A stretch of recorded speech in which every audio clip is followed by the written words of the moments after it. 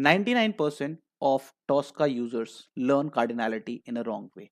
But in this video, I'm going to show you a trick that lets you replace 9 separate test steps into a single test step. And if you stay with me till the end, I'll show you a real working example.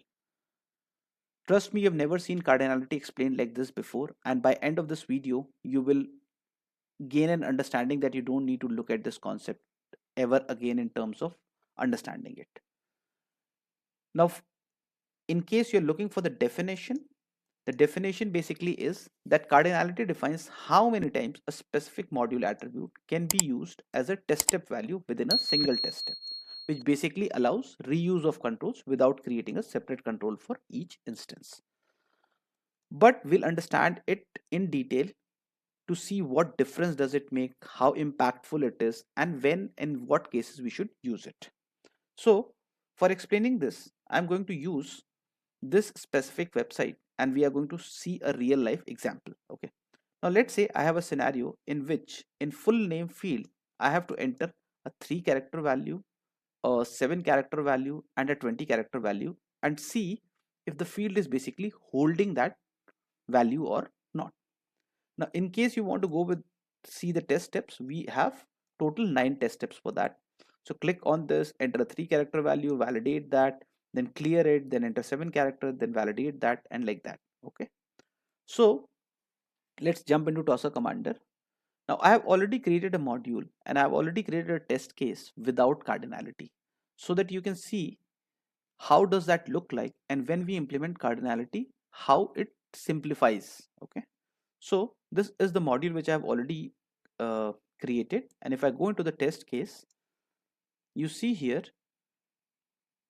I have total of 9 different test steps, and what I'm doing here, I'm entering the value, I'm validating that the property is holding that value or not, and I'm using value property because in this specific application this is the property which is holding its value. Then I'm clearing that so that it is available for the next input using double click dot delete, and then Krishna 7 character, then 20 character corporate IT education. Now let's quickly run this and see if this works, and then we'll move forward with this and we'll implement cardinality and make everything combined into one single test step.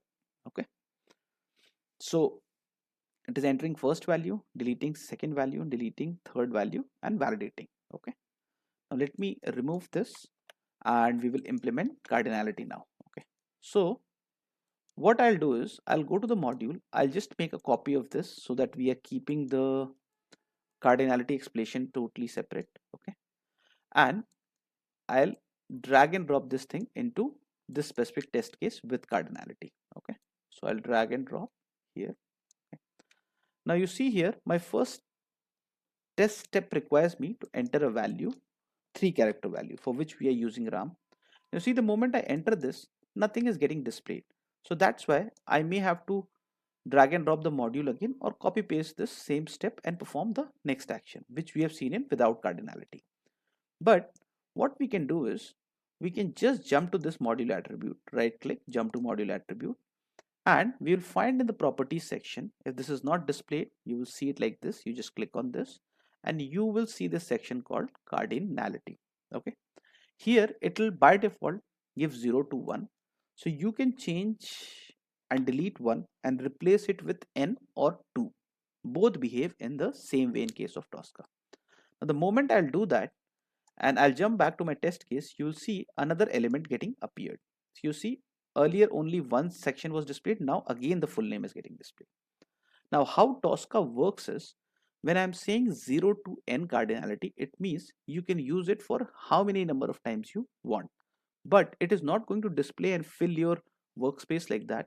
It understands that when you need, you will enter and then I'm going to display. Okay, so let's say I'll put something else here just for understanding sake, and the moment I'll click out of it, you'll see the next again it is getting appeared. So it works in this specific way. For the moment I'll delete this and we will try to recreate the same example which we did with without cardinality and with cardinality, and we'll be able to see and compare the differences and how it basically going to help us. So I'm going to click on this and make it in a floating window so that we are going to work with both the examples, the same example without cardinality and with cardinality in the same screen.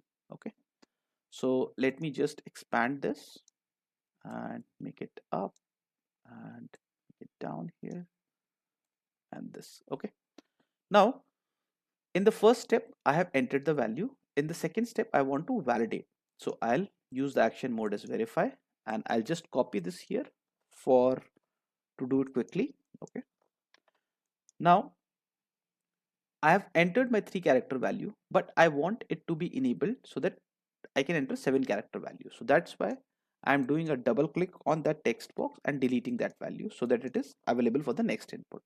Now in this case you can use something else as well if you want, but I'm using double click dot delete. Okay, now I want to enter 7-character value, and you will see I'll be able to compress all these 9 test steps into just one. Okay, so you see I'll enter this, and the moment I'm doing, the next elements keep appearing. Okay, how many number of times I want. Now I've entered 7-character value, I want to verify it, so I'll copy the value Krishna from here and I'll put it here.